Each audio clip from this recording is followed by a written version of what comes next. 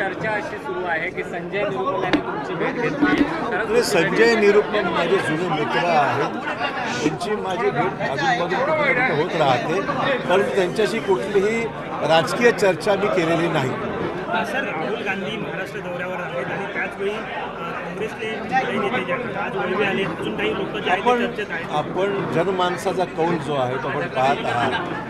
लोकांची मानसिकता आता भाजपच्या विकसित भारताच्या संकल्पनेबरोबर जोडलेली आहे.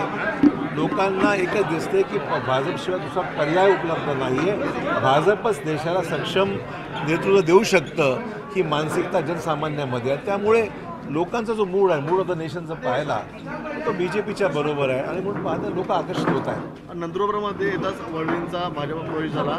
शिवाजी पार्कमध्ये येऊपर्यंत अनेक मोठे धक्के काँग्रेसला बसणार आहेत. तुम्ही काँग्रेसचे ज्येष्ठ नेते आहात, गेले अनेक वर्षे ज्येष्ठ नेते, तर काँग्रेसचे काही नेते तुमच्या संपर्कात आहेत का जे मोदींच्या? मला काँग्रेसमधले माझे अनेक सहकारी व्यक्तिगत संबंध अनेकांशी आहेतच ना.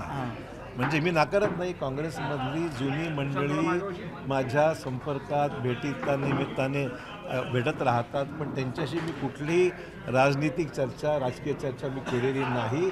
ज्यांना ज्यांना वाटते की आलं पाहिजे ते स्वागतच आहे. मी असं कोणाला, मी पक्ष सोडताना असं सांगितलं होतं, मी कोणालाही जबरदस्तीने इथे आणा किंवा घ्या अशी भूमिका माझी नाही आहे.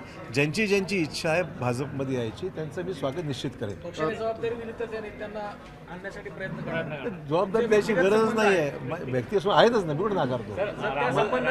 राहुल गांधी मुंबईत येत आहेत, शिवाजी पार्कात येत आहेत, तर राहुल गांधी मुंबईत येण्याआधी काही काँग्रेसचे मुंबईतले नेते संपर्कात आहेत तुमच्या? तोच काही मुहूर्त आहे असं काही म्हणायचं कारण नाही आहे. परंतु जशा निवडणुका जवळ येत आहेत, अनेकांना या सर्व प्रक्रियेमध्ये सहभागी होण्याची इच्छा आहे.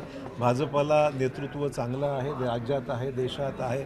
सरकार भाजपचं देशात आलं पाहिजे ही मानसिकता अनेकांची आहे.